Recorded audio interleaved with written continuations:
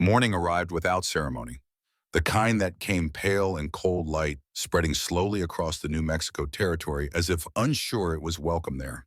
September 17th, 1883. A Tuesday that would change everything, though no one knew it yet. Samuel Brennan sat on the front step of his small lumber shed, his hands working a piece of white oak with practiced precision. The wood was 6 feet long, destined to become a replacement rail for the corral fence. His hands moved in rhythm. 47 strokes with the plane, 48, 49. He counted each one the way he'd learned to count breaths during the bad nights when Thomas's face appeared in his dreams. 5 years, 5 years since his brother had died, and Tom still counted everything. Steps from the cabin to the well, nails driven into fence posts, hours of daylight remaining, as if measuring and quantifying the world could somehow make it make sense again. The wood shavings fell in perfect curls at his feet. 40 years old, but his hands were still steady. That much hadn't failed him yet. His back ached more than it used to. His knees complained on cold mornings. But his hands, scarred and calloused from a decade of carpentry, still knew their work. He paused at stroke 50, ran his palm along the grain. Smooth as river stone now. Good enough that it wouldn't catch on horsehide or splinter under pressure. Thomas had taught him that. Measure twice, cut once, and never leave work that could hurt someone later. Their father had taught Thomas, and Thomas had taught Sam, and now there was no one left to teach. The thought sat heavy in his chest. Sam stood, stretched his back until something popped. The sun was climbing now, painting the scrubland in shades of copper and gold. Bitter Creek would be waking. The bakery would open. The general store. Men would gather at the saloon, even this early nursing coffee that tasted like burned dirt, and discussing things that didn't matter. He needed supplies. Flour, salt, nails. The list was short, carved into his memory. He could make the trip in under 2 hours if he didn't linger. Sam saddled his horse, a bay gelding named Prophet. Steady animal. 15 years old, same age as Sam's career as a lawman had been before he walked away from it. The horse had been Thomas's gift, one of the last. The ride into town followed a worn path through sage and scrub pine. Morning light caught on mica in the rocks, making the earth sparkle like something precious. It wasn't. This was hard country where rain came seldom and forgiveness never. The kind of place that taught you to carry your own water and expect nothing from your neighbors. Bitter Creek appeared on the horizon like a broken promise. Buildings that had been painted once and never again. Warped wood facades. Windows that needed washing. The main street was wide enough for 2 wagons to pass, lined with establishments that served necessity rather than comfort. Blacksmith, general store, saloon, land office, bank. Everything a frontier town needed to take money from people who didn't have enough to begin with.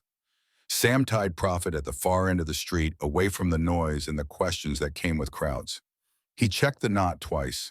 A habit from his marshaling days, when a stolen horse could mean death in the desert. He started toward the general store, his mental list already organizing itself by shelf location to minimize time inside. But then he saw the cottonwood tree. It stood alone at the street's edge where packed dirt gave way to open ground. Massive trunk, maybe 4 feet across. Old. Scarred from years of use and abuse. Nails driven into it to hang notices. Rope burns in the bark from countless tetherings. 2 women were tied to it. Sam stopped walking. His body knew before his mind caught up. The tightening in his chest, the way sound seemed to muffle. The peculiar clarity that came when something wrong was happening and everyone was pretending not to notice. Their wrists were bound separately around the trunk. Not tight enough to cut circulation. Not loose enough to allow escape. The rope was old manila, 3/8 of an inch diameter. The kind used for hauling cargo. Overkill for restraining 2 women who couldn't have weighed more than 130 pounds each. They were Apache, young, maybe mid-20s. Twins, obviously. Identical in features but different in how they held themselves. One had her dark hair braided tight against her skull, every strand controlled. Her jaw was set, shoulders squared, eyes scanning the street with the alertness of someone who expected violence and was prepared to meet it. The other wore her hair looser, tied back just enough to keep it from her face. Her gaze was lowered, but Sam could see the calculation in it. She was studying the ground, the shadows, the angle of the sun. Conserving energy. Planning. Their clothing was practical. Leather and cotton worn but not ragged, mended carefully, the kind of clothes that belonged to people who understood the value of every thread. A wooden sign hung around the first woman's neck, hand-painted letters still wet enough to glisten. Thieves, 24 hours. Sam felt something cold slide down his spine. People passed. A baker stepped out of his shop, wiping flour from his hands onto an apron that had never been white. He glanced at the women, once, brief, then turned back inside as if he'd seen nothing more interesting than a hitching post. A woman carrying a basket slowed her pace, hesitated. Her eyes darted to the bound figures, then away. She adjusted her grip on the basket handle and walked faster. Two men in mining clothes stopped, lingered just long enough to confirm the punishment was still in effect, then moved on. Their conversation didn't pause. Whatever they were discussing was more important than two human beings tied to a tree in the center of town. The silence was deliberate. This was meant to be seen, but not questioned. Sam had seen this before. Different towns, different faces, same sick logic. Public punishment as entertainment, as warning, as a way for people to feel righteous without having to be good. His hands clenched. The old anger, the one he'd spent 5 years trying to bury under sawdust and solitude, began to surface. The woman with the braid noticed him watching. Her eyes met his without appeal or challenge. There was no begging in that gaze, no plea for mercy, just awareness. She had seen him stop, had seen him look, really look, when everyone else was performing blindness. Something in Sam's chest cracked. He thought about Thomas, about the last case his brother had worked, about the words written in that worn notebook Sam kept in his cabin, about the cost of looking away. Thomas had died because no one stood up, because people who knew better chose silence over risk.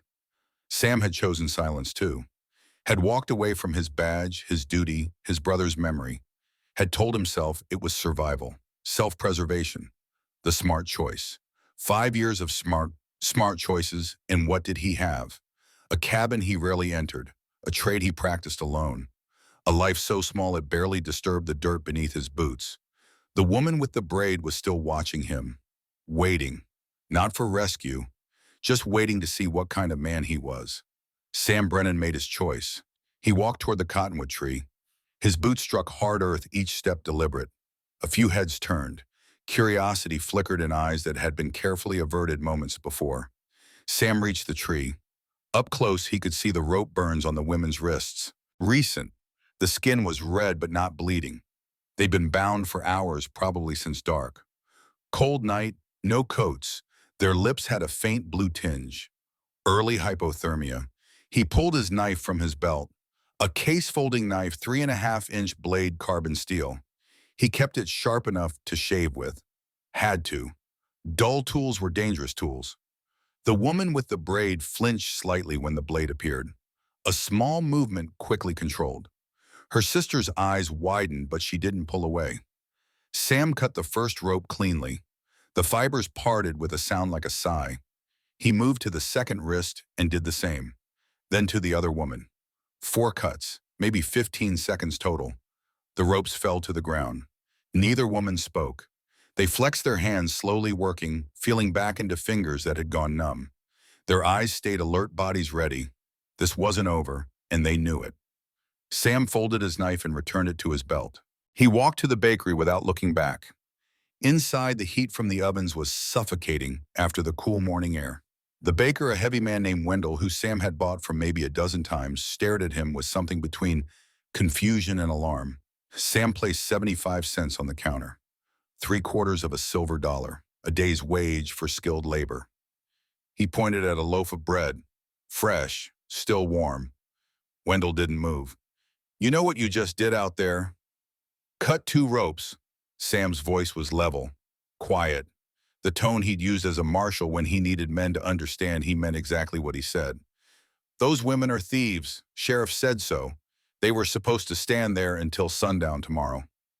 "What did they steal?" Wendell's mouth worked. "Don't rightly know, but Cross said they're criminals. Said they've been causing trouble." "Cross says a lot of things." Sam picked up the bread himself, left the money on the counter. "Doesn't make them true." He walked out before Wendell could respond. Outside, the two women still stood by the tree. They were rubbing their wrists, studying him with wary eyes. Sam set the bread on a barrel near the tree, close enough to reach, far enough that he wasn't crowding them. "You can walk," he said. Simple statement. Not a command or a suggestion, just information. He turned toward Prophet, already preparing himself for whatever came next. He'd cut those ropes knowing it would bring attention, knowing Cross would hear about it within the hour. That was fine. Sam had been ready for a reckoning for 5 years. Maybe it was time. The sound of footsteps followed him. He didn't turn, didn't acknowledge it. Just untied, Prophet checked the cinch and mounted with the careful movements of a man whose knees didn't bend quite as easily as they used to. When he finally looked back, the two women stood 15 feet away, not close enough to crowd, not far enough to pretend coincidence. They were watching him with expressions he couldn't quite read. Exhaustion, wariness. Something else that might have been hope, but was too fragile to name. Sam nodded once. Not an invitation. Acknowledgement. He turned Prophet toward home and started riding. They followed. The journey took 3 hours at the pace Sam set, slow enough that two people on foot could keep up without running, fast enough that anyone tracking them would have to work for it. The land opened up as they left Bitter Creek behind. Red rock formations rose like ancient cathedrals. Sage and juniper dotted the earth. Hawks circled overhead, hunting rabbits that were smart enough to stay hidden. Sam stopped twice. Both times he dismounted and offered his canteen without comment. The woman with the braid took it first, drank sparingly, passed it to her sister. Neither thanked him. He didn't expect it. At the second stop, Sam noticed the scar on the second woman's arm, a long mark half hidden by her sleeve. Not a clean cut, something jagged, a rope burn layered over knife work. Old injury, healed months or years ago, but the kind that told a story about violence survived. His jaw tightened. They'd been caught before, and they'd escaped. The Brennan Ranch came into view as the sun reached its zenith. It wasn't much, 160 acres of scrubland with a creek that ran year-round.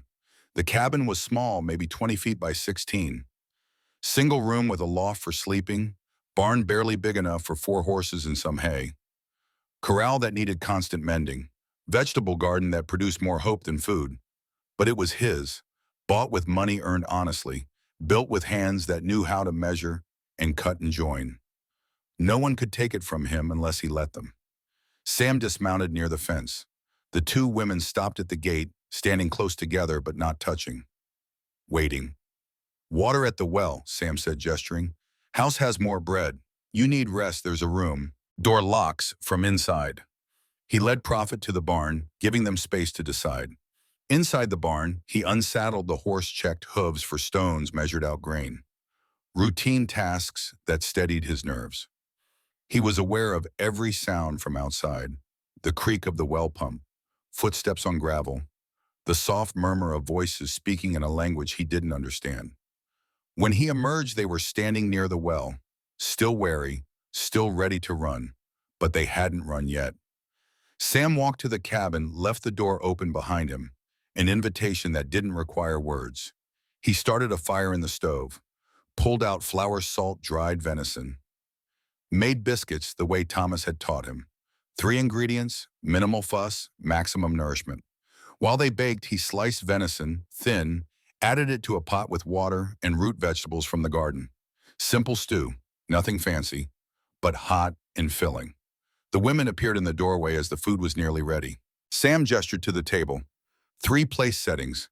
He'd laid them out without thinking the way he used to when Thomas was alive and would show up unannounced. They sat, far from him, close to the door. Smart. Sam served the stew in tin bowls, set out biscuits, didn't meet their eyes, gave them space to be scared, to be uncertain, to be human. They ate slowly, carefully. People who understood hunger ate like this, never wasting, never certain when the next meal would come. 30 minutes passed in silence, only the scrape of spoons on tin, the crackle of fire, the settling of old wood. Finally, the woman with the braids spoke. "Why did you help us?" Her English was perfect, accent barely noticeable. Educated, Sam realized, or self-taught through careful observation. "Because it was right." Sam's answer was simple. True. That is not enough. Men do not risk themselves for strangers because it is right. Some men do. She studied him, reading his face the way people read trail signs, looking for lies for angles for the hidden price. Your name, she asked. Samuel Brennan. People call me Sam. I am Kiona. This is my sister Istas. Sam nodded. Names were important. They meant trust was beginning even if it was fragile. You were tied up for theft, he said. Not a question. We were tied up for asking questions, Kiona corrected, about things powerful men want forgotten. What kind of questions? Kiona and Istas exchanged a glance. Some silent communication passed between them. Istas gave the smallest nod. Questions about a murder, Kiona said. 22 years ago, our father. Sam's spoon stopped halfway to his mouth. He set it down carefully. Go on. His name was Dakota. He was an Apache scout. A good man, honest, strong. He made a mistake. He trusted a white trader named Harlan Cross. The name hit Sam like a fist. His breath caught. For a moment, he couldn't speak. Cross, he managed. Harlan Cross. You know him? Not a question. Kiona saw it in his face. I know the name. Sam stood abruptly, walked to a drawer, pulled it open. Inside was a leather notebook. Worn edges, pages filled with Thomas's neat handwriting. He brought it back to the table, opened it to a specific page. September 12th, 1878. He turned the notebook so they could read. Kiona leaned forward. Her eyes scanned the words. Sam saw her expression change. Surprise, then something deeper. Recognition. Met with Apache elder today, she read aloud. He spoke of 2 daughters who witnessed their father's murder. A white trader name unknown. The girls were very young, 4 years old. If I can find them, if they remember, we might finally have evidence against Cross. Must locate them. Must bring justice. She looked up at Sam. Who wrote this? My brother, Thomas Brennan. He was a U.S. Marshal. He died 5 years ago. How? They called it an accident. Said his horse threw him, fell down a canyon, but Thomas was born in a saddle. He didn't fall. Kiona closed the notebook gently. He was murdered. Yes.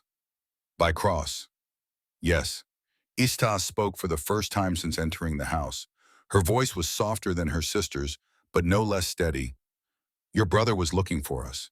He died trying to help us. Sam nodded, couldn't trust his voice. And now, Kiona said slowly, you help us. Is this revenge? It's debt. Sam met her eyes. Thomas believed in justice. He died believing. I walked away, told myself it was too late to matter. But maybe it's not. Maybe there's still time. Time for what? To finish what he started. The weight of the moment settled over them. 3 people who had lost too much sitting in a cabin that smelled of wood smoke and venison, deciding whether to trust each other with their lives. Kiona reached across the table, held out her hand. Not begging, offering partnership. Sam took it. Her grip was strong, calloused, the hand of someone who'd worked hard and fought harder. Tell me everything, he said. And they did. The story took 2 hours. Kiona did most of the talking with Istas, adding details. Corrections, confirmations. Sam listened without interrupting, his mind cataloging facts, building timelines, identifying evidence that would stand in court. 1861. Their father, Dakota, was hired by a young trader named Harlan Cross. Cross was 32 years old, ambitious, hungry for the kind of wealth that transformed men from nothing into everything. He'd heard rumors of Spanish gold hidden in the Sangre de Cristo Mountains, old treasure buried or lost centuries ago. Cross needed a guide who knew the sacred places, the hidden valleys, the paths that didn't appear on any map. Dakota knew the land. He agreed to help for 30% of any gold found. A fair deal, enough to help his people survive winters that were getting harder. They found gold, not a massive vein but significant, 50 pounds of raw ore, worth $16,000 once refined, a fortune in 1861. Life-changing money. But Cross didn't want to share. He wanted it all. One night while Dakota slept, Cross shot him, single bullet to the head. Then Cross burned the camp to make it look like an accident, a cooking fire that got out of control. A tragedy. These things happened. What Cross didn't know was that Dakota's 4-year-old twin daughters were hiding in a small cave 30 yards away. They'd been playing there in the afternoon exploring and had fallen asleep. They woke to gunfire, saw their father die, saw Cross take a leather map case from Dakota's body, saw him light the fire. They ran.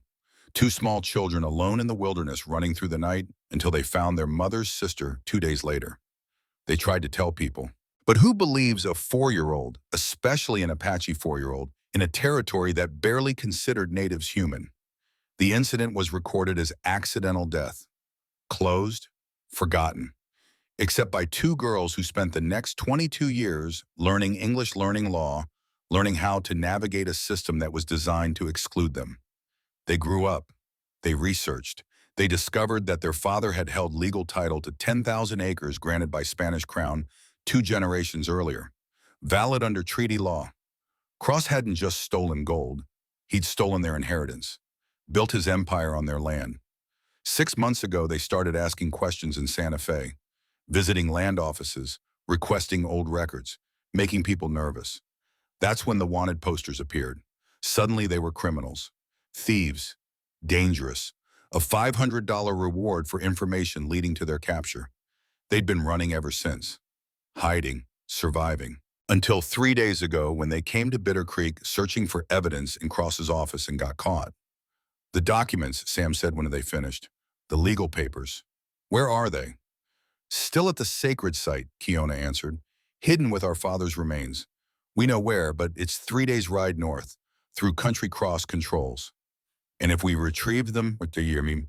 Then we have proof of ownership, proof of murder maybe, if the bullet is still in our father's skull, proof that Cross built everything on stolen land and stolen lives. Sam stood paced to the window. Outside, the sun was beginning its descent. Long shadows stretched across his property. His land, small but honest. He'd built it piece by piece, trying to create something Thomas would be proud of. Maybe this was that something. We'll need supplies, he said. Food for a week, maybe 10 days. Ammunition, medical kit, rope. We'll need to train. If Cross's men come, and they will, we need to be ready. We can fight, Kiona said. I'm sure you can, but fighting smart is better than fighting hard. He turned back to them. You'll stay here. Help me work the land, learn the property. We'll prepare properly. Then we go documents and we end this. Istas smiled for the first time. Small, brief, but real. You would risk everything for strangers. You're not strangers. Sam picked up Thomas's notebook, held it up. You're the case my brother died working. That makes you family. The word hung in the air. Family. A thing Sam hadn't had in 5 years. A thing these women had lost 22 years ago. A thing none of them expected to find again. But there it was. Fragile.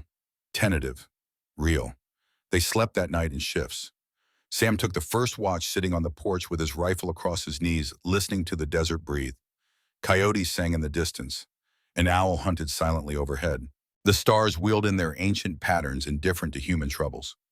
Sam thought about Thomas, about the last conversation they'd had, about the things left unsaid between brothers who thought they had more time. I'm going to finish it, Sam whispered to the darkness. Whatever it costs. I'm going to finish what you started. The wind carried his words away. The next morning came early. Sam woke Kiona and Istas before dawn. No gentleness. If they were going to survive, they needed to be sharp. Work starts now, he said. We have fences to mend, tools to sharpen, skills to learn. Cross will come, maybe not today, but soon. We need to be ready. They worked from sunrise to sunset, Sam teaching, them learning.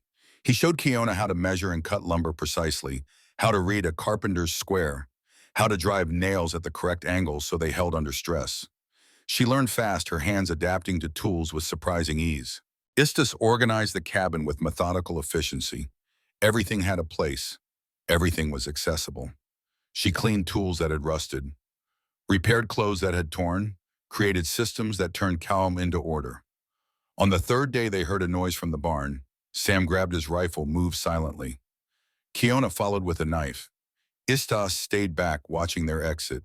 Inside the barn, Boy was trying to steal eggs. Skinny kid, maybe 12 years old with red hair. and freckles wearing clothes that had been patched too many times. He froze when he saw them, 2 eggs clutched in his hands. "Please," he stammered. "I'm just hungry. I'm not trying to cause trouble." Sam studied him, saw the hollows under his cheekbones, the way his ribs showed through his shirt, the desperate hunger in his eyes. "Name," Sam said. "Daniel O'Brien. People call me Danny." "Where's your family?" "Dead. They died in a mine accident last year. Ma got sick this winter. Pneumonia. She didn't make it." "Who's been feeding you?" "Nobody. I do odd jobs, sleep in barns, take what I can when I have to." Sam lowered the rifle, looked at this child who was trying so hard to be invisible to survive, to not be a burden. He thought about Thomas, about lessons in compassion, about how you judged a man not by how he treated his equals, but how he treated those who couldn't fight back. "You can have the eggs," Sam said, "but not stolen. You'll work for them." Danny's eyes widened. "Work. I need help, chores, repairs, learning. You do the work, you get fed, you get a place to sleep, and maybe if you prove yourself, you get taught skills that last longer than hunger." The boy stared at him like he'd offered gold instead of labor. "I'll work hard," Danny said, voice shaking. "I promise. I'll do whatever you need." "I know you will, because if you don't, you're gone. But if you do, you've got a home here. Deal." They shook hands, man and boy, a covenant sealed in calluses and hope. That night, there were 4 at the table instead of 3. Danny ate 3 helpings, apologizing after each one. Sam kept refilling his bowl until the kid finally stopped too full to continue. "Tell me what you're good at," Sam said. "I can read and write, do sums. My dad taught me watchmaking before he died. I know how mechanisms work. Springs, gears, timing." Sam's interest sharpened. "Show me." Danny pulled a broken pocket watch from his pocket. Thomas's watch, the one Sam kept meaning to fix but never had. He'd left it on a shelf, couldn't bear to touch it. "This was on the table," Danny said nervously. "I wasn't stealing it. I just wanted to see if I could fix it. I think the mainspring is broken, but if I had wire and maybe a file—" "Fix it," Sam said. "Materials are in the workshop. If you can make that watch run, you've earned your place here." Danny worked for 3 days straight. Sam watched him when he had time. The boy's hands were small, but precise. He disassembled the watch, completely cleaned each piece, fashioned a new mainspring from scrap wire, reassembled everything with the patience of someone twice his age. On the morning of day 6, Danny wound the watch. It ticked, steady, regular, perfect time. Sam took the watch, held it to his ear, heard the sound Thomas used to hear every day, the measurement of moments passing, the promise that time continued even when everything else stopped. "Thank you," Sam said quietly. "This means more than you know." "I can teach you," Danny offered, "how mechanisms work, how to fix them, how to make them." Sam smiled, first real smile in years. "I'd like that." They were settling into routine when the riders came. Day 8, 2 in the afternoon, 3 men on horseback moving with the practiced ease of people used to intimidating. They weren't lawmen, no badges, but they had guns and authority granted by wealth. Sam saw them coming. Had Danny and Istus moved to the cellar he'd dug for storing vegetables. Kiona stayed at a window inside, bow ready. Sam stepped onto the porch, rifle held loose but present. The lead rider was tall and thin, scar across his chin like a zipper. His name was Pike. Sam had seen his type before. Men who enjoyed violence just enough to be good at it. "Afternoon," Pike said with false courtesy. "Name's Pike. Work for Mr. Cross. Trespassing on private land. Now don't be unfriendly. We're looking for 2 Apache women. Criminals. Theft and assault. Mr. Cross wants them brought back for trial. Haven't seen anyone matching that description." Pike's eyes drifted to the clothesline. 2 dresses hanging in the sun. Women's clothing. He smiled without warmth. "You sure about that?" Sam shifted his stance slightly. Small movement. Enough to demonstrate readiness without being overtly threatening. "I'm sure, and this is private property. You need a warrant to search. You have one. Don't need a warrant. Just need cooperation. Then you're out of luck. Leave. Now." Pike's smile faded. "Cross can make life very difficult for you." "Cross can try, But I was Deputy U.S. Marshal for 10 years. I know the law, know what you can and can't do. And right now, what you can't do is be on my land without permission. So either produce a warrant or start riding. The tension stretched. Pike's companions shifted in their saddles, hands moving toward guns. Sam didn't move, didn't blink, just stood there with the calm certainty of a man who'd faced down worse. Pike spat into the dirt. This isn't over. Never thought it was. They rode off, but Sam knew it was just beginning. That night, he gathered everyone in the cabin. Kiona, Istas, Danny. 4 people who'd been strangers 10 days ago and were now something else. Something that didn't have a name yet, but felt like it might be permanent. Cross knows you're here, Sam said. He'll send more men. Better men. We need to be ready. He spread a hand-drawn map on the table. This ranch is 160 acres. Quarter section. I filed legal claim in '79, paid the $18 fee, lived here 5 years. I have patent deed. Cross can't legally take it, but he can make us wish he could. Danny raised his hand like he was in school. Sam nodded at him. Can he burn it? Yes, that's the real threat. So we build defenses, stone wall around the well, fire breaks around the cabin and barn, multiple escape routes. We prepare like we're at war, because we are. Kiona studied the map. How long before we go for the documents? 2 weeks. We need training. We need supplies. We need to be sharp. And if they attack before then we defend, and we make sure at least one of us survives to finish this. The words were stark. No false comfort, just reality. Istas spoke softly. Why do you do this? Risk everything for people you barely know.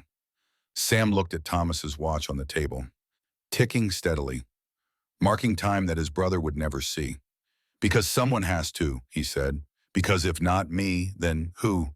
Because I've spent 5 years hiding from responsibility, and I'm tired. I'm tired of being afraid, tired of being small. My brother died trying to do the right thing. Maybe it's time I live trying to do the same. He stood.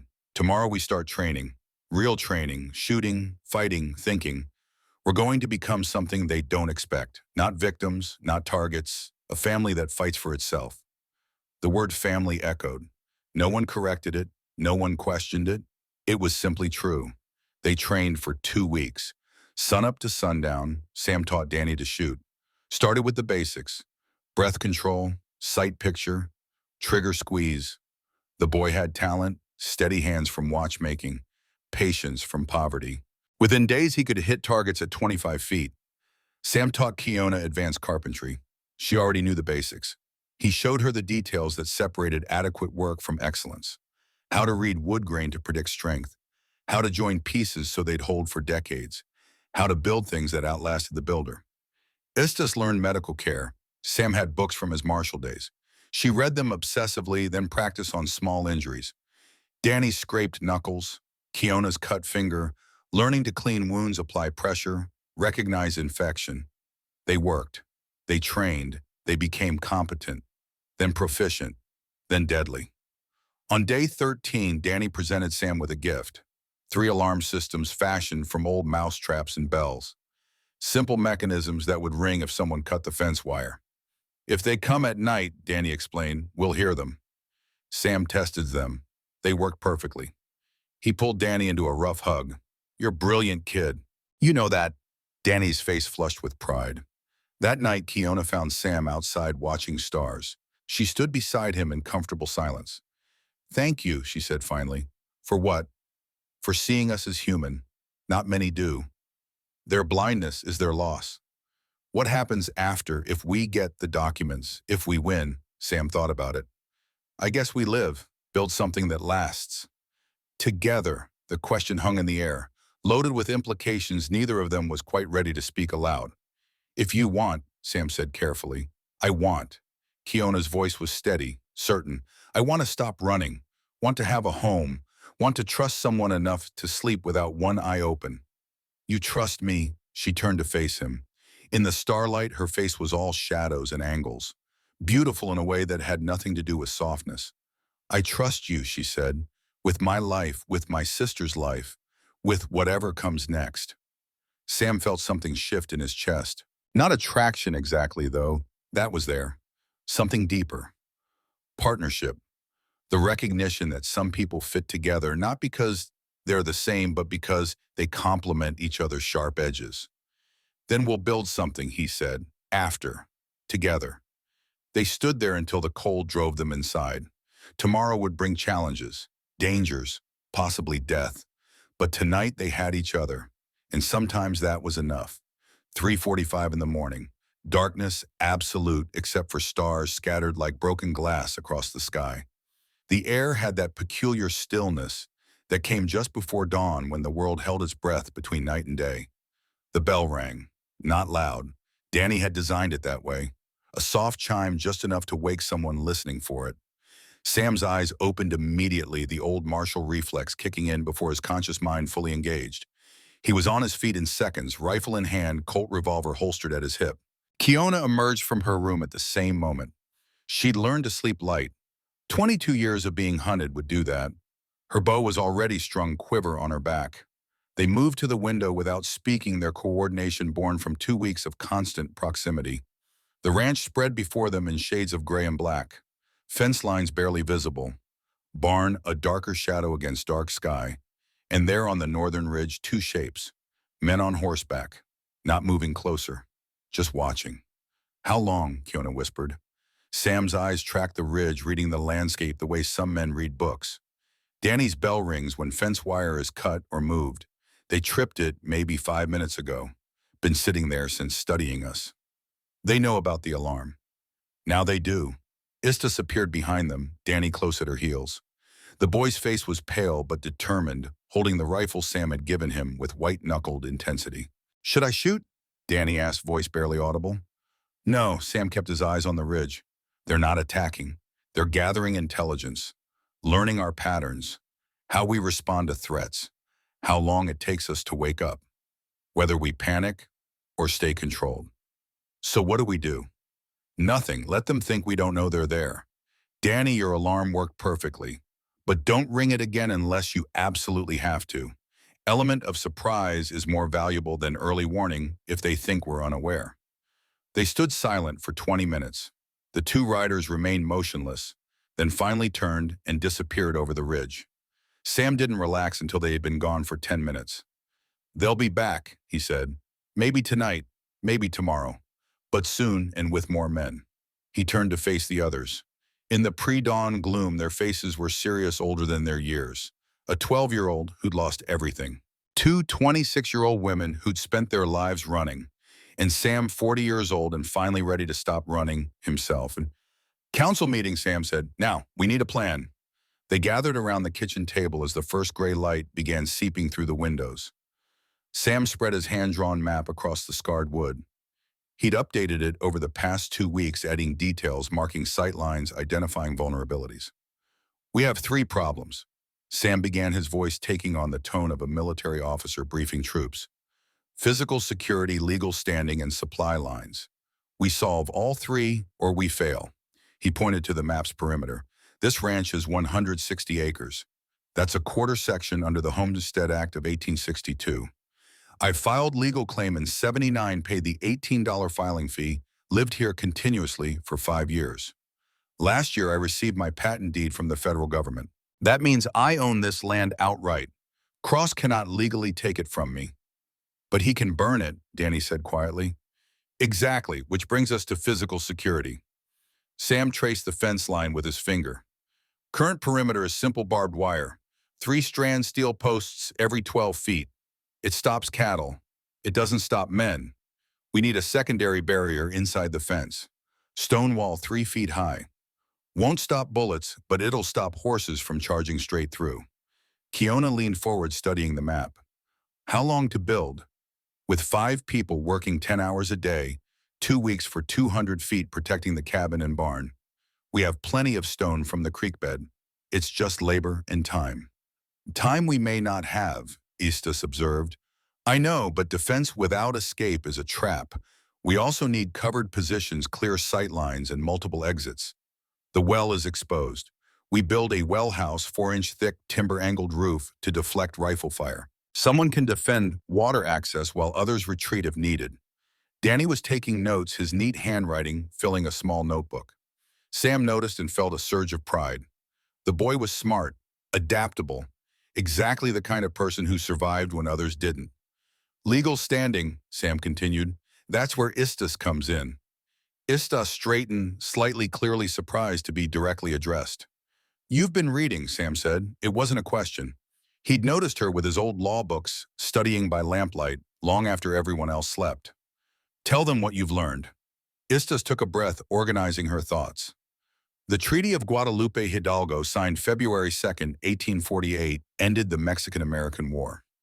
Article 8 of that treaty explicitly protects all property rights held by Mexican citizens before the war. Our family's land grant predates the treaty by over 80 years. Under federal law, it supersedes any claim Cross has made since then. But we need the original documents, Kiona added. Correct. Without physical proof, it's our word against Cross's lawyers. With those documents authenticated and registered with a federal court, we have incontrovertible ownership of 10,000 acres, including most of Bitter Creek. Sam nodded. Which is why Cross wants you dead. You're not just witnesses to murder. You're legal claimants to his entire empire. So we get the documents, Danny said with the certainty of youth. We go to the mountains, we get them, we come back. It's not that simple, Sam said gently. The sacred site is 3 days' ride north through country cross controls. He'll have men watching trails. Even if we get there, getting back alive is another challenge entirely.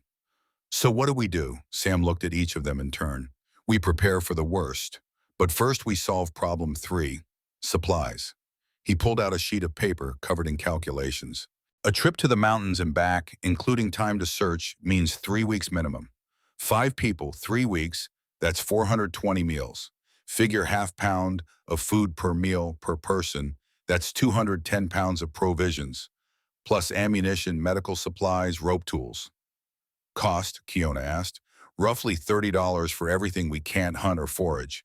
I have that much saved, but I can't buy it in Bitter Creek. Cross owns the general store. The moment I purchase that much food, he'll know we're planning something. Los Cerrillos, Istas said. Mining town 40 miles east. Cross has no influence there. I could go. A single Apache woman buying supplies draws less attention than all of us together. Alone, Kiona's voice sharpened. Absolutely not. She wouldn't be alone, Danny interjected. I'd go with her. We'd look like mother and son traveling. Less suspicious than a woman alone or a group. Sam considered it. Strategically sound. Risky, but manageable. Still, sending a 26-year-old woman and a 12-year-old boy into potential danger made his stomach clench. If you go, Sam said carefully, you go armed, you go smart, and you come back at the first sign of trouble. We need supplies, but we need you alive more. Istas met his eyes. We'll be careful. Not good enough. You'll be paranoid. You'll assume everyone is a threat until proven otherwise. You'll keep moving, never stay anywhere long enough to be cornered. And you'll carry this. He pulled a small Remington Derringer from a drawer. 2-shot 41 caliber. Effective range is about 10 feet. Past that, it's useless. But within 10 feet, it'll stop a man permanently. Danny, you know how to use it? No, sir. Then I'll teach you, both of you, because I'm not sending you out there helpless. The next 3 days were intensive training. Sam took Danny to the makeshift range behind the barn. 5 targets at varying distances. 25, 50, 75, 100, and 125 feet. Rule 1, Sam said, standing behind Danny, hands guiding the boy's grip. Always assume a gun is loaded, even when you know it's not. I've seen 3 men die because they thought a gun was empty. Danny's hands trembled slightly on the small pistol. Sam placed his own hands over the boy, steadying them. It's just a tool, Sam said quietly, like a hammer or a saw. It's got one job, putting a piece of metal exactly where you aim it. You control it. It doesn't control you. Breathe. Danny inhaled, exhaled. His shoulders dropped slightly. Good. Now this gun has 2 shots. That's it. No reload in a fight, so you don't waste them. You wait until you're sure, until the threat is real and close. Then you aim center mass, the biggest target, and you squeeze. Not pull, squeeze, like you're trying not to wake someone. They practiced for 4 hours. First day, Danny missed all 10 shots. His hands shook, his breath. Came fast, his eyes squeezed shut at the moment of firing. Second day, 3 hits out of 10. Progress. Third day, 7 out of 10, all within a 6-inch circle at 15 feet. That'll do, Sam said, genuine pride in his voice. You're not a gunfighter. You're a boy protecting someone he cares about. If you have to use this, you wait until they're close enough to see their eyes. Then you fire twice and you run like hell. Understand? Yes, sir. And Danny, Sam gripped the boy's shoulder. Shooting a man isn't like shooting a target. When it's flesh instead of wood, your hand will shake. Your heart will pound. You'll want to hesitate. Don't. If the moment comes when you have to fire, it means they've already decided to hurt you or Istis. At that point, mercy gets you killed. You protect her no matter what. Clear. Danny swallowed hard. Clear. While Danny learned firearms, Sam worked with Kiona on hand-to-hand combat. She was already skilled. Apache women learned to fight from childhood practical skills for a life where violence was always possible. But Sam had techniques from his martial training, things most people never saw coming. They sparred in the yard, circling each other on hard-packed dirt. Kiona was fast, incredibly fast. Her first lunge caught Sam off guard, a knife hand strike aimed at his throat that he barely deflected. Good, he grunted, resetting his stance. Again. She came at him 3 more times. Each time he defended, but barely. She was testing him, probing for weaknesses, learning his patterns. My turn, Sam said. He moved. Not fast, but efficient. Decades of experience translated into economy of motion. He feinted left, went right, hooked her ankle, controlled her descent, so she hit the ground without injury. Kiona looked up at him, surprised. How? You're faster than me, younger, stronger in some ways.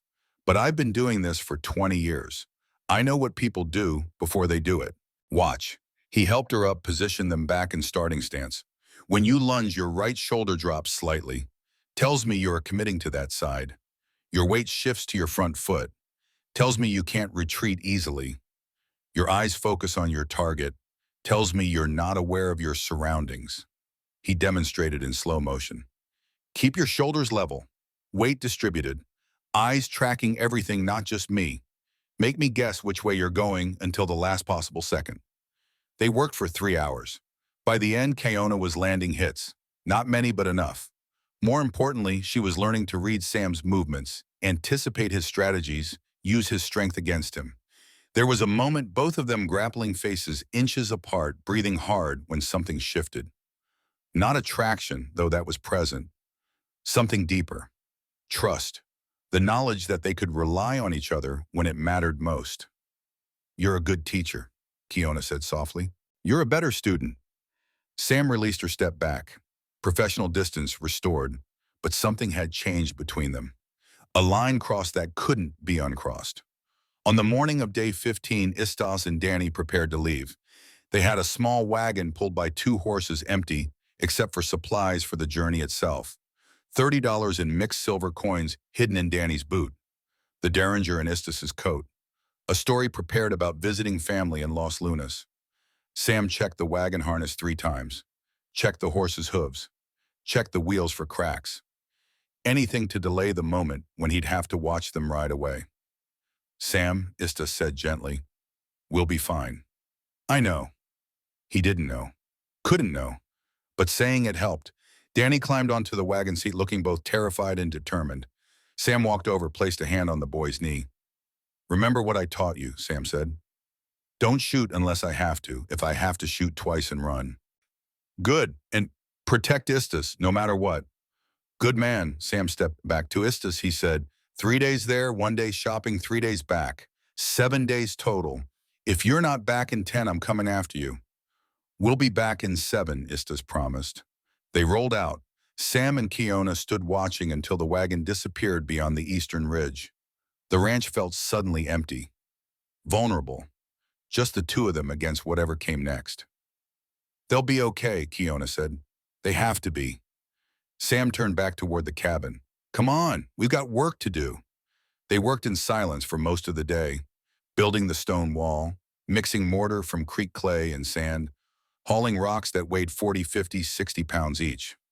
back-breaking labor that left no energy for conversation. As the sun began its descent, painting the sky in shades of orange and purple, they stopped to rest. Sitting on the partially completed wall, sharing water from a single canteen, comfortable in the quiet. "What will you do?" Kiona asked suddenly. "After, if we win." Sam considered the question. "Keep building, I suppose. Not just structures. Maybe build a community. A place where people are judged by character instead of skin color. Where Apache and white and Mexican can work together without suspicion." "That's a dream." "Maybe, but dreams are how change starts. Someone has to imagine it before it can be real." Kiona looked at him with an expression he couldn't quite read. "You're different than most white men I've known." "How so?" "You listen. Most people talk at us, never to us. They've already decided what we are before we open our mouths. You waited to learn." "That's not virtue, that's common sense. How else would I learn anything?" She smiled, rare expression that transformed her face from beautiful to breathtaking. "See, you don't even realize how unusual that is?" Before Sam could respond, horses approached. Fast, multiple riders. He was on his feet instantly, rifle in hand. Kiona knocked an arrow in one fluid motion. 4 men, not the same group from before.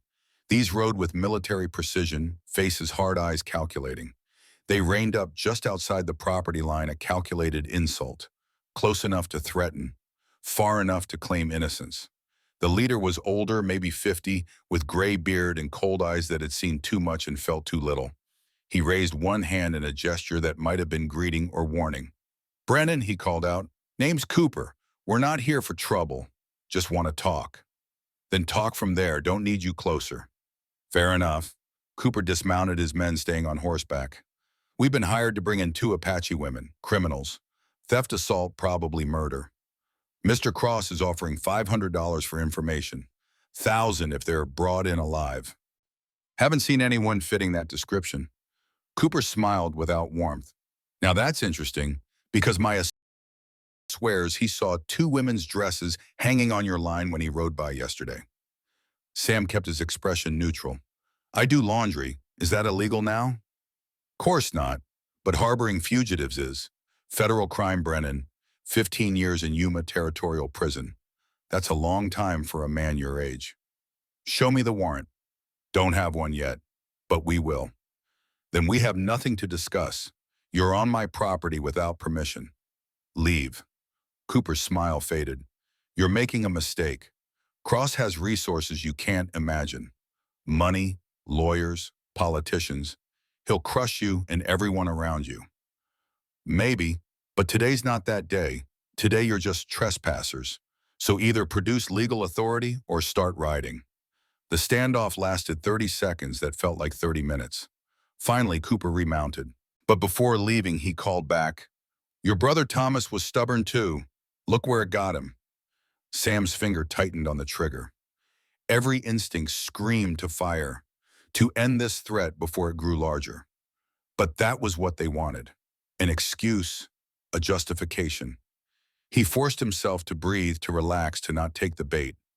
"Get off my land," Sam said quietly, voice level, deadly calm. They rode away, but the threat hung in the air like smoke. That night, Sam couldn't sleep.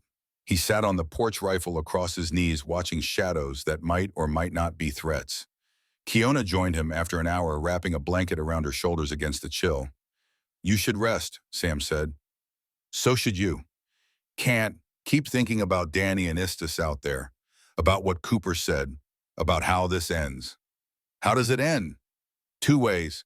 We get the documents, present them to a federal court, and Cross goes to prison. Or we die trying and he wins." "And there's a third option," Kiona said softly. "We get the documents and Cross kills us before we reach a courtroom." Sam had thought the same thing, hadn't wanted to voice it. "That's why we need insurance, someone who knows the full story, someone who can carry it forward if we fall." "Who?" "I don't know yet, but we'll find someone. We have to." They sat in silence until dawn, 2 people who'd learned not to trust easily, slowly learning to trust each other. 40 miles away, Istas and Danny were having problems. Los Cerrillos had been easy enough. A mining town that saw hundreds of strangers every week, no one looked twice at an Apache woman and a red-haired boy buying supplies. They'd spent $23 on provisions, saved $2 for a real meal at an actual restaurant, the first Danny had ever experienced. The boy ate steak and potatoes like he'd never seen food before, eyes wide with wonder at being served instead of scavenging. Istis watched him with something like maternal affection, though she'd never say it aloud. "He's good to you," Istis said eventually. "Sam." Danny looked up, mouth full, swallowed. "He's like what I thought a father should be. Teaches me, doesn't hit me, treats me like I matter." "You do matter." "I know that now, didn't always." Danny took another bite, chewed thoughtfully. "What's it like having a sister who's exactly like you?" Istis considered the question. "We're not exactly alike. Kiona is fire. I'm water. She fights, I think. Together, we're balanced. Alone, we're vulnerable. That's what family is, isn't it? Being stronger together." "Yes, I think that's exactly what it is." The ride back started well. They made good time, the wagon loaded with supplies, horses fresh. But 10 miles from Los Carrillos, Istas noticed something wrong. "Danny," she said quietly, "don't look now, but there are two riders behind us. They've been keeping exact distance for the last hour." Danny's hand moved toward the derringer hidden in his coat. "What do we do?" "Nothing yet. Could be coincidence, but if they're still there in another mile, we assume threat." They traveled another mile. The riders remained. Same distance, same pace. Too deliberate to be accidental. "They're tracking us," Istis said. "When we reach the canyon pass ahead, they'll make their move. Narrow space, no escape routes. Classic ambush point." "So we don't go through the canyon." "Smart boy. There's a side trail. Rougher terrain, but safer. We take it, see if they follow." They veered onto the narrow trail. Immediately the riders accelerated. No more pretense. This was a chase. "Hold on," Istis commanded, snapping the reins. The horses broke into a gallop. The wagon bounced over rocks and ruts, supplies shifting wheels threatening to break. Behind them, the pursuers closed distance. Two men, rough-looking, heavily armed. One had a distinctive scar across his cheek, visible even at distance. The scarred man shouted something. Words lost in wind and hoofbeats. They reached a narrow section, rocks on both sides, barely room for the wagon. The pursuers were 50 yards back now, closing fast. "Danny," Istis said, voice steady despite the danger. "I need you to be brave. Can you do that?" "Yes, ma'am." "Good. When I say you grab the reins, I'm going to slow them down." "How?" Istis didn't answer. She maneuvered the wagon into the narrowest point, then pulled hard on the brake. The wagon slewed sideways, blocking the entire passage. "Now drive." She threw the reins at Danny, grabbed her knife, jumped from the wagon. "Istis, no." But she was already moving. The first rider came through the gap. Istis dodged left, grabbed his stirrup, pulled hard. He fell, hitting ground with a crunch. Horse trampled him as it ran past. Second rider tried to aim his pistol. Danny, acting on instinct and training, pulled the derringer and fired. Not at the man, at the rocks beside his horse's head. The shot echoed like a cannon in the narrow space. Rock shards exploded. The horse reared, terrified, throwing its rider. "Go, go, go!" Istis ran, leaped onto the moving wagon. Danny had already released the brake horses, running full out, fear driving them faster than whips ever could. They raced for 3 miles before slowing. Behind them, no pursuit. Either the men were too injured or too smart to continue alone. Danny's hands shook on the reins. Istis gently took them from him, brought the horses to a walk. They were both breathing hard, adrenaline making everything feel too bright, too sharp. "You did good," Istis said. "I almost killed a man." "But you didn't. You made a smart choice. Scared them instead. That takes more courage than killing." "Really?" "Really." She pulled him into a brief hug. "Sam would be proud. I'm proud." They rode in silence for another hour. The sun was setting when they finally saw the ranch in the distance. Home, safety, family. Sam and Kiona spotted them approaching and ran out to meet them. Sam practically dragged Danny off the wagon, checking him for injuries, asking rapid questions. "We're okay," Danny said. "Mostly, there was trouble, but we handled it." As they unloaded supplies and Istis recounted the encounter, Sam's expression grew increasingly grim. When she finished, he was silent for a long moment. "They knew," he said finally. "Cross knew you'd go for supplies. had men watching roads out of Bitter Creek. This wasn't random. It was planned. Which means what? Kiona asked. Means he's escalating. Means time is running out. Sam looked at the loaded wagon, at the supplies that had nearly cost 2 lives. We leave tomorrow, dawn. Can't wait 2 weeks anymore. We get those documents now or we don't get them at all. Tomorrow, then, Istis's eyes widened. But we're not ready. We'll never be ready. But we're trained, we're armed, we're together. That'll have to be enough. That night, they held final council. Sam spread the map one last time, plotting routes, identifying landmarks, discussing contingencies. 3 days north through Sangre de Cristo Mountains, Sam said. Sacred site is at 9,000 feet elevation. Cold, dangerous terrain. We pack light but smart. Food for 7 days. Ammunition, medical kit, climbing rope. Everyone carries their own load. And if we're followed, Danny asked, then we use the terrain against them. Mountains favor the prepared. We'll be prepared. And if something goes wrong, Istis pressed. If you and Kiona don't come back, Sam looked at Danny and Istis seriously. Then you take Thomas's notebook and everything we've gathered. You ride to Albuquerque Federal Court. You tell them everything. Make sure this doesn't end with us. We should all go, Danny argued. Safety in numbers. No, someone has to defend the ranch. If Cross attacks while we're gone and finds it empty, he'll burn everything. You two hold the line here. We'll be back in 7 days. They argued for another hour, but Sam was immovable. Finally, they agreed. Danny and Istis would stay. Sam and Kiona would go. The pre-dawn darkness was absolute when Sam and Kiona prepared to leave. 2 horses packed light but efficient. They debated taking Prophet Sam's old gelding, but decided fresher mounts were worth more than familiarity. Danny stood on the porch trying to look brave and failing. Sam walked over, put both hands on the boy's shoulders. You're the man of the house now, Sam said. That's not a small thing. It means responsibility. It means making hard choices. It means protecting what matters. Can you do that? Danny's voice cracked. I'll try. That's all anyone can do. Sam pulled him into a hug, rough, brief, meaningful. I'm proud of you, Danny. Your father would be proud too. Come back, Danny whispered. Please come back. I'll do my best. Sam turned to Istis. If trouble comes, don't be a hero. You and Danny get to safety. The ranch can be rebuilt. You can't. The same applies to you, Istis replied. Don't die for documents. Come back and we'll find another way. There is no other way. You know that. She did. They all did. This was the only chance, the only move left that might checkmate Cross before he checkmated them. Sam and Kiona mounted. The eastern sky was just beginning to lighten that deep blue that comes before true dawn. They rode out without looking back. Looking back was bad luck. Looking back was doubt. The ranch disappeared behind them. Ahead lay mountains, danger, and maybe justice. Or maybe just death in a cold cave far from home. Either way, they rode toward it together. And somehow that made the fear bearable.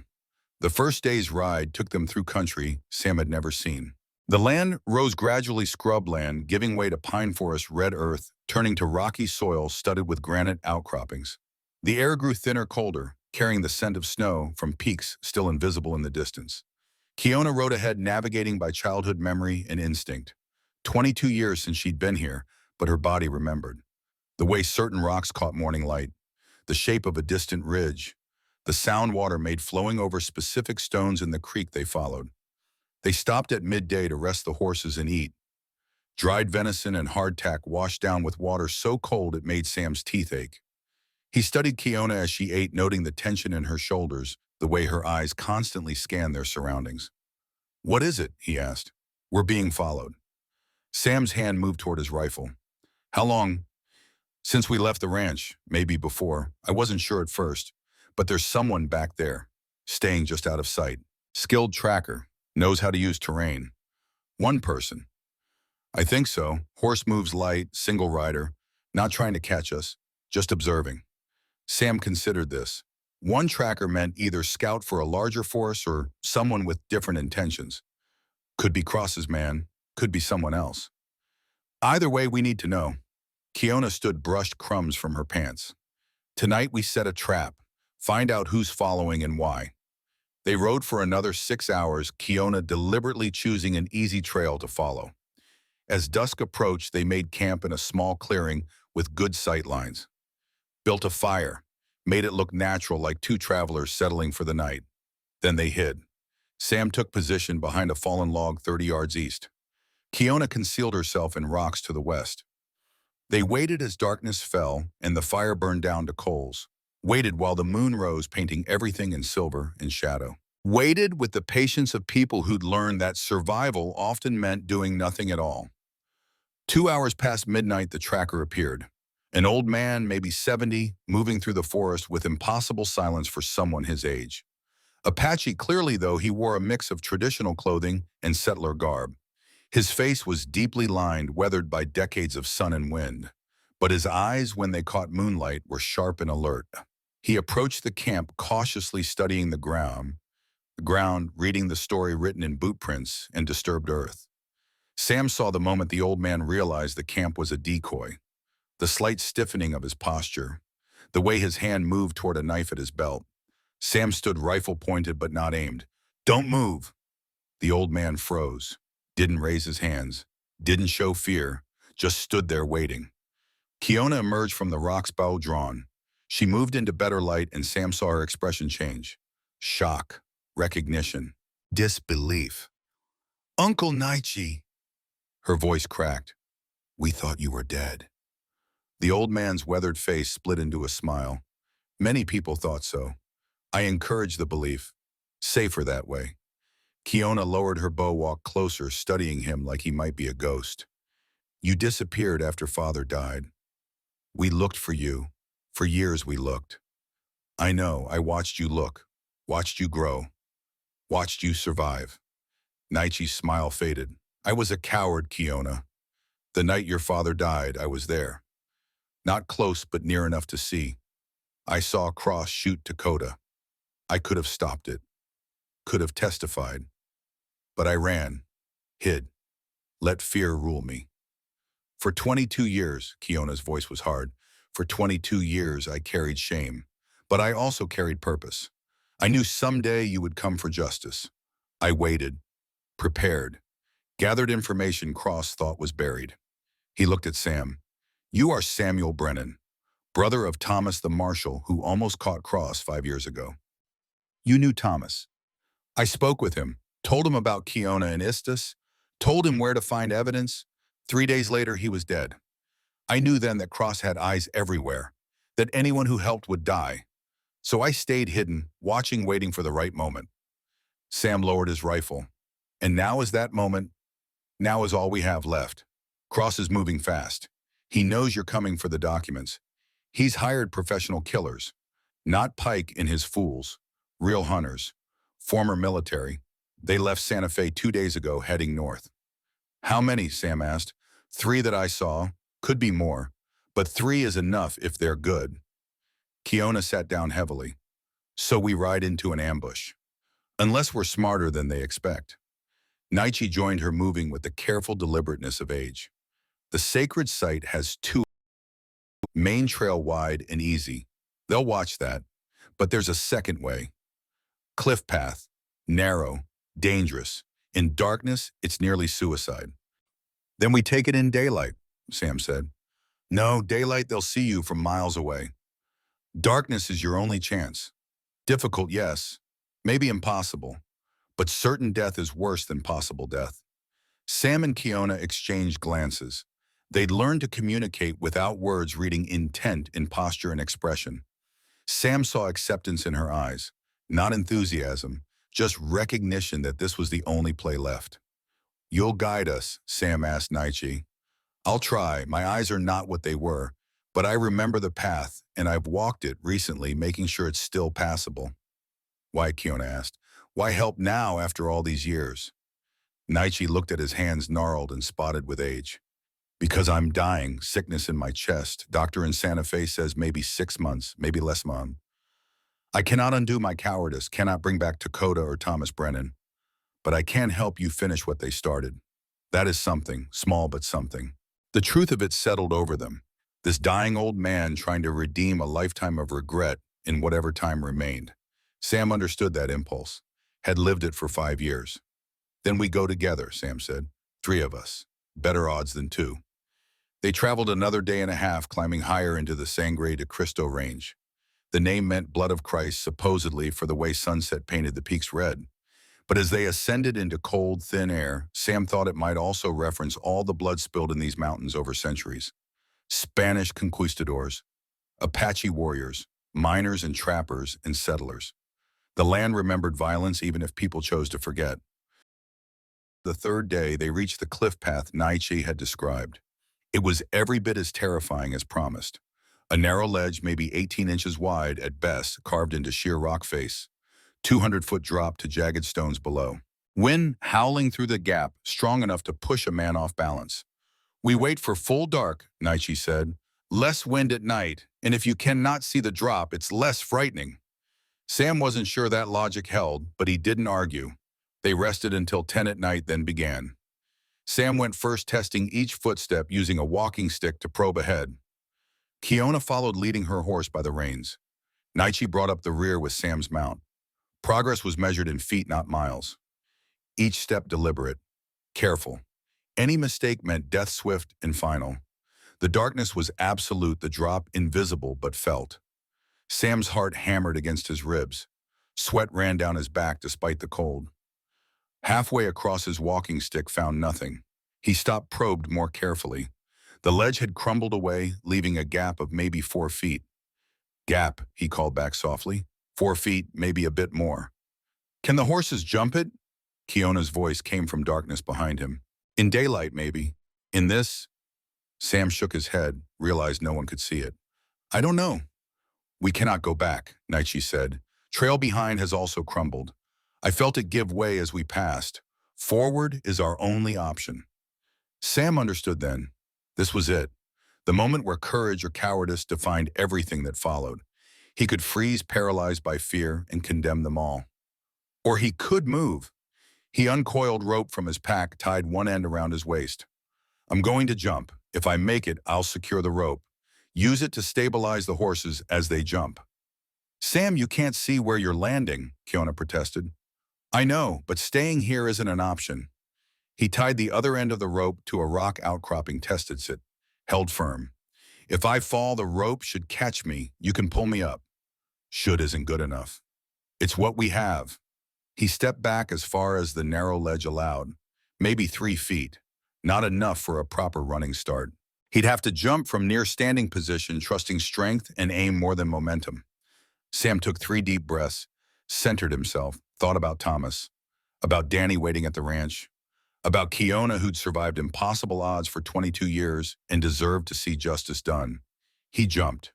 For one terrible moment, he was airborne, nothing beneath him but 200 feet of empty air. His boots hit rock, solid rock. He stumbled forward, caught himself, stood gasping. Made it, he called back. Rope is secure. Send the horses. Kiona blindfolded her, Mare whispered to it in Apache. Words Sam didn't understand, but the tone was clear. Trust. Partnership. The promise that together they could do impossible things. She backed the horse up, then urged it forward. The animal hesitated at the gap, but Kiona's voice pushed it on. It jumped, landed awkwardly but safely. Sam grabbed the reins, steadied it. Good girl, he murmured. Brave girl. His gelding was more problematic. The horse refused, planted its hooves. No amount of coaxing would make it budge. Leave him, Sam called. We can get back another way. But Kiona had spent 2 weeks learning from Sam, learning patience method, the way to solve problems that seemed impossible. She spent 20 minutes talking to that horse, not commands, conversation. The kind of gentle persistence that wore down resistance through sheer caring. Finally, the gelding jumped. Nearly didn't make it. Hind legs scrabbled at the edge. But Kiona hauled on the reins, Sam pulled the safety rope, and together they got the animal across. Nietzsche came last. The old man moved with the careful certainty of someone who'd made peace with death. He jumped the gap as easily as crossing a stream landing light, despite his years. They rested on the far side, all of them shaking with relief and adrenaline. They'd done it, crossed the impossible path. Behind them, the gap that would stop anyone following. How far now? Sam asked. 1 mile, Naichi answered. Maybe less. The sacred site is in a valley just ahead. Natural amphitheater. Cave at the north end. That is where Dakota rests. They approached the final stretch as dawn began to break. Gray light revealed a landscape of stunning beauty. The valley was exactly as Naichi described. Ring of cliffs floor covered in grass and wildflowers even this late in the season. A stream ran through the center water clear enough to see stones at the bottom. The cave entrance was marked with petroglyphs, ancient symbols some thousands of years old. Others more recent, including marks Sam recognized from Thomas's notebook. His brother had been here, had stood in this exact spot seeking the same justice they sought now. Kiona dismounted, approached the cave entrance with reverence. She spoke in Apache words Sam didn't understand but could feel the weight of: prayer, apology, promise. Inside the cave was cool and dry, perfect preservation. Along the back wall, skulls arranged in careful order. Apache tradition honoring the dead, among them one marked with a name carved in bone. Dakota. Kiona knelt before her father's remains. Her hand trembled as she touched the skull. 22 years of grief, rage, and determination poured out in silent tears. Sam and Naichi waited outside, giving her privacy. The old man looked tired. Dying tired, the kind that came from organs failing rather than just fatigue. You were brave coming back, Sam said quietly. I was selfish, Naichi corrected. Wanted to die having done one good thing. That is not bravery. That is bargaining with ancestors. Still counts, Naichi smiled. You are kind man, Samuel Brennan. Your brother was too. World needs more like you. Kiona emerged carrying a metal box, rusted but intact. She opened it with shaking hands. Inside, wrapped in oiled leather, were the documents. Spanish land grant from 1767. Mexican confirmation from 1821. Dakota's will designating Kiona and Istis as heirs. A survey map showing exact boundaries. But there was something else. A U.S. Marshal's badge, tarnished but unmistakable. Sam's breath caught. He lifted the badge with trembling fingers. On the buffet engraved letters, T. Brennan, 1878. Thomas was here, Sam whispered. He found this place, found the evidence. Beneath the badge, a note in Thomas's distinctive handwriting. To whoever finds this, I am Thomas Brennan, United States Marshal. I have seen proof that Harlan Cross murdered Dakota of the Mescalero Apache and stole land through fraud. I am taking copies of these documents to federal court in Albuquerque. If I do not survive, please complete my mission. Justice delayed is justice denied. September 14th, 1878. Sam read it 3 times. His vision blurred. Thomas had tried, had been so close, had died knowing he had almost succeeded. We finish it, Sam said, voice thick with emotion. We take these documents and we finish what he started. They were packing the documents carefully when the first shot rang out. The bullet struck rock inches from Sam's head, sending shards flying. He dove for cover, pulling Kiona with him. Naichi scrambled behind a boulder, moving faster than seemed possible for a dying man. 3 men emerged from positions in the rocks above the cave. Professional killers, just as Naichi had warned. Former military by the look of them. Hardened faces, precise movements. Men who'd done this before and would do it again. The leader called down. Brennan, we're not here for you. Send out the Apache woman and walk away rich. $500, no questions asked. Sam assessed their position. The cave provided cover, but they were pinned. 3 attackers with high ground advantage. Limited ammunition. No easy escape. How much is Cross paying you? Sam shouted. 500 for the woman, 1,000 if she's alive. Either way, we're not leaving empty-handed.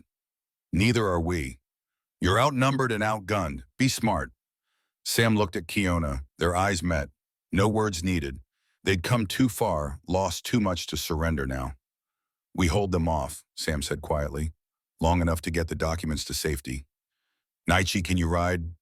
Better than I can run, the old man replied. Then you take the documents. Ride hard for Albuquerque. Get them to the federal courthouse. We'll buy you time. No, Kiona said flatly. We stay together. If we all die here, this means nothing. Thomas's death means nothing. Your father's murder goes unpunished. Naichi has to survive, has to complete the mission.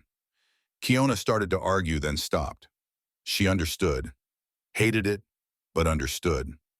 Naichi took the documents, securing them in his coat. I will not fail you. This I swear on Takota's bones. Then go, now, before they block the south exit. The old man moved, faster than he had any right to. He reached his horse, mounted, and rode hard toward the valley's far end. One of the attackers saw him, shifted aim. Sam fired first. Didn't hit the man, but forced him to duck. Bought seconds. Precious seconds that got Naichi beyond effective range. Then it was war. The bounty hunters unleashed concentrated fire. Sam and Kiona returned it, making every shot count. Sam's marksmanship, honed over decades, was surgical. He didn't kill, didn't want to cross that line unless absolutely necessary. But he wounded. Shoulder shot that made one man drop his rifle. Leg shot that sent another scrambling for cover. Kiona's arrows were silent death. She pinned one attacker to a tree through his coat sleeve. Not lethal, but terrifying. The message was clear. They could have killed him, chose not to. That mercy was more frightening than brutality. The fight lasted 2 hours, sporadic gunfire, long periods of tense silence, both sides conserving ammunition, waiting for the other to make a mistake. Then the leader tried something desperate. Smoke grenades, thick white smoke that filled the valley, turning day into choking twilight. They're rushing, Sam shouted. He was right. The leader charged through the smoke, knife drawn. Close quarters now, too close for rifles. Sam swung his Henry like a club, connected with the man's jaw. Bone crunched. The leader dropped. But the second attacker tackled Kiona. They went down hard, grappling. He had size advantage. She had Sam's training. She hooked his ankle, twisted, used his momentum to flip him. Her knife was at his throat before he could react. Yield, she said coldly. He yielded. The third attacker, the one she'd pinned to the tree, had freed himself. He cornered Sam, both of them out of bullets. The man drew a Bowie knife, 10-inch blade, wicked sharp.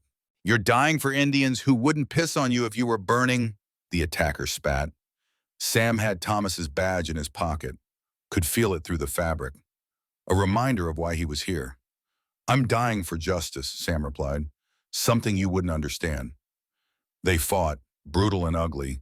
The attacker was younger, stronger, but Sam had experience, had survived knife fights that would have killed most men.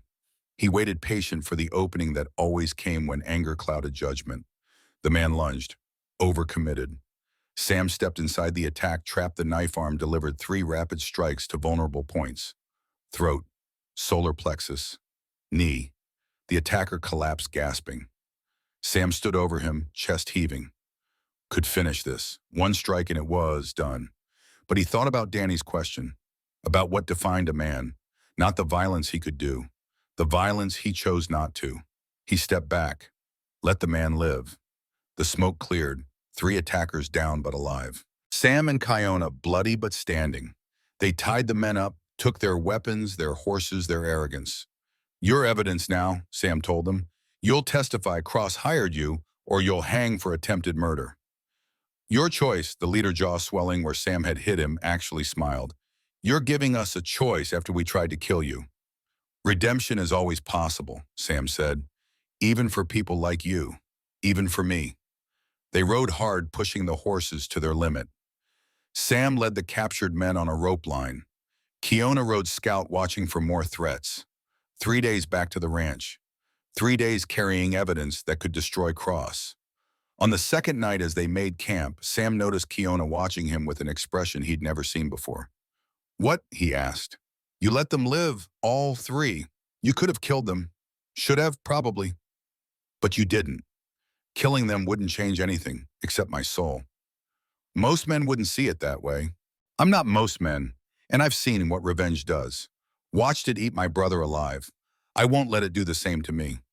Kiona came closer, sat beside him. Their shoulders touched. Small contact, significant. When this is over, she said quietly, what do you want to happen? I want to stop running, want to build something that lasts, want to trust someone enough to sleep without watching the door. You trust me. I trust you. She took his hand. With my life, with my sister's life, with whatever comes next. Sam squeezed her hand, calloused palm against calloused palm. Two people who'd worked hard, fought hard, survived against odds that should have crushed them. Then we'll build something, he said. Together, not just survive, live. They rode into the ranch at sunset on day 7.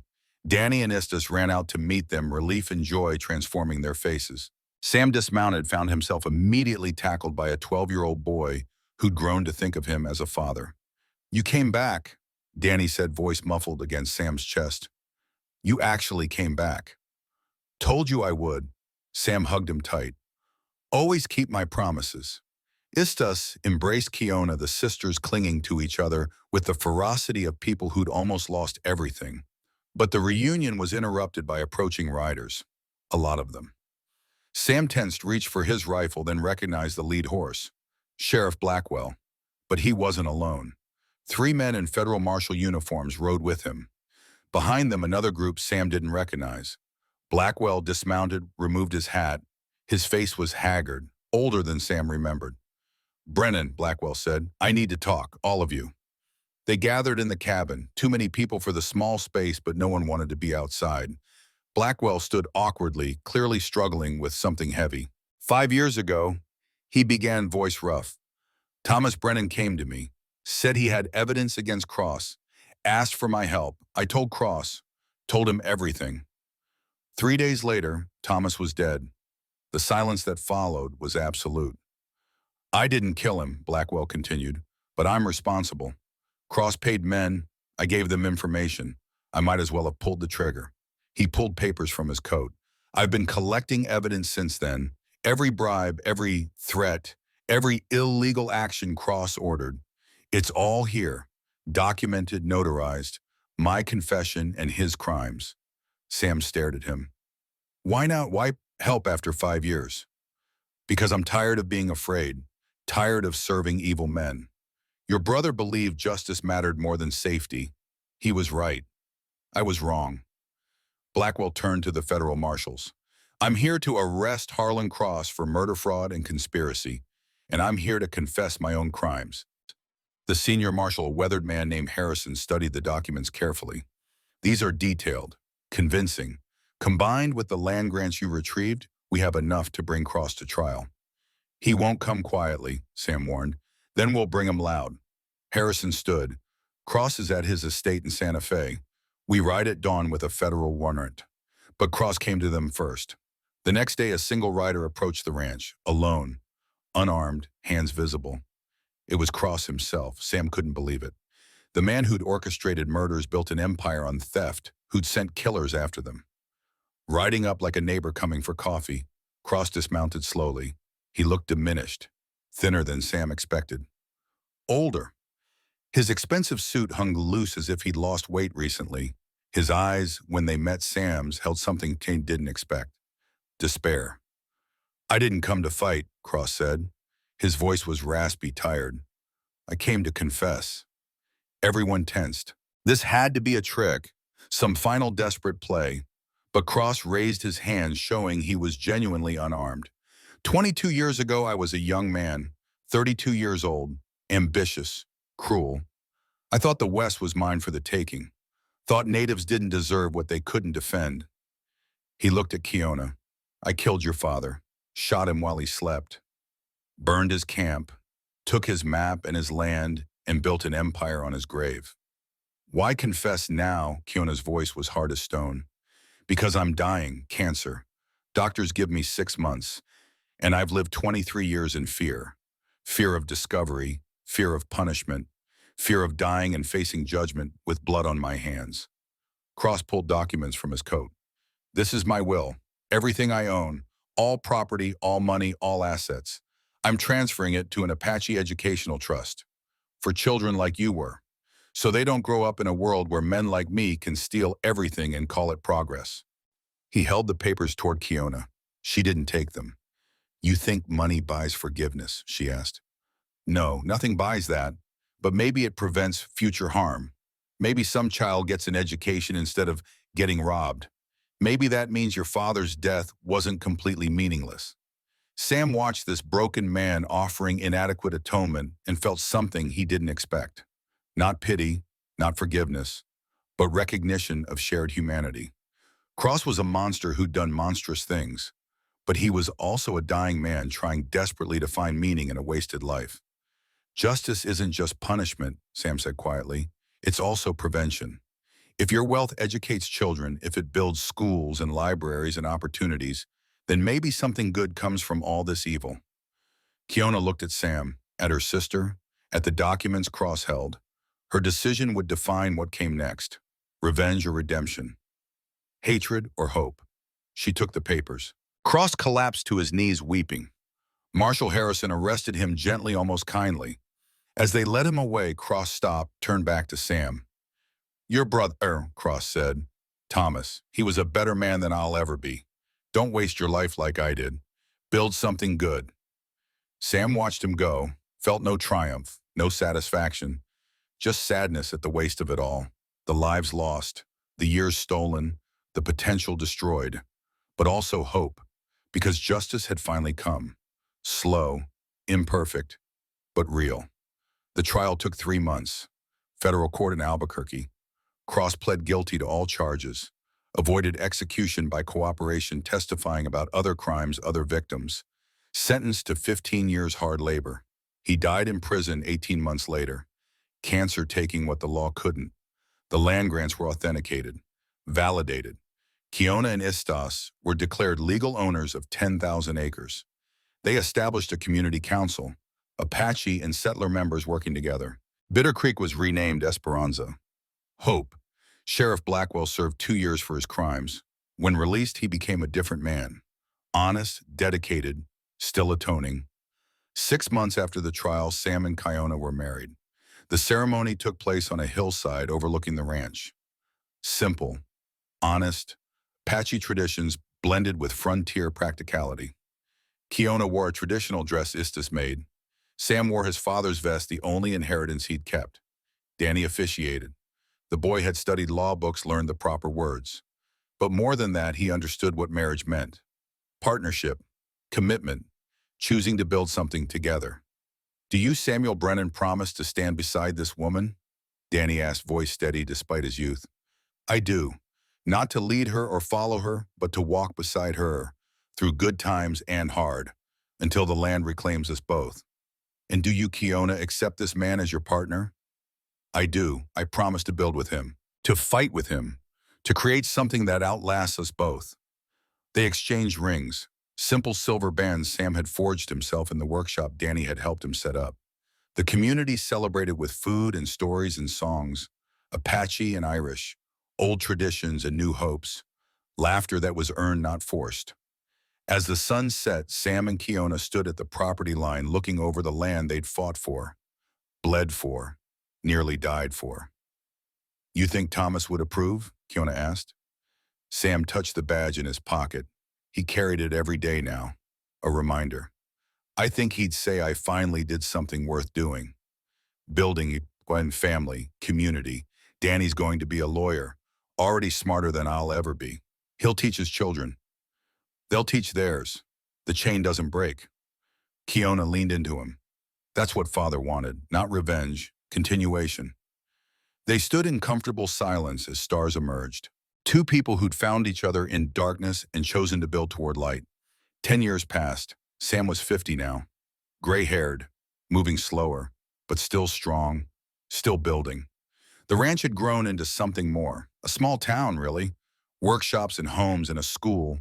A place where people were judged by character, not skin color. Danny, 22 years old, ran the town's first honest bank. Fair lending practices, no exploitation. He'd married a teacher. They had a child on the way. Estas taught at the school. 60 students, Apache, white, Mexican, all learning together. Reading, writing, mathematics, history told honestly instead of selectively. Sam and Kiona had 3 children, 2 daughters, 1 son, learning both Apache and frontier ways. Growing up in a world their parents had fought to create. One evening, Sam sat in the workshop teaching his eldest daughter carpentry. She was 8 years old, bright, curious, asking questions he loved answering. "Papa, why do you limp?" she asked, noticing the way he favored his left leg. "Old bullet wound from the cave fight. From when I learned what matters." "What matters?" Sam looked through the window. Saw Danny teaching his youngest son to work a lathe. Saw Kiona and Istas planning next year's curriculum. Saw a community that functioned on cooperation instead of exploitation.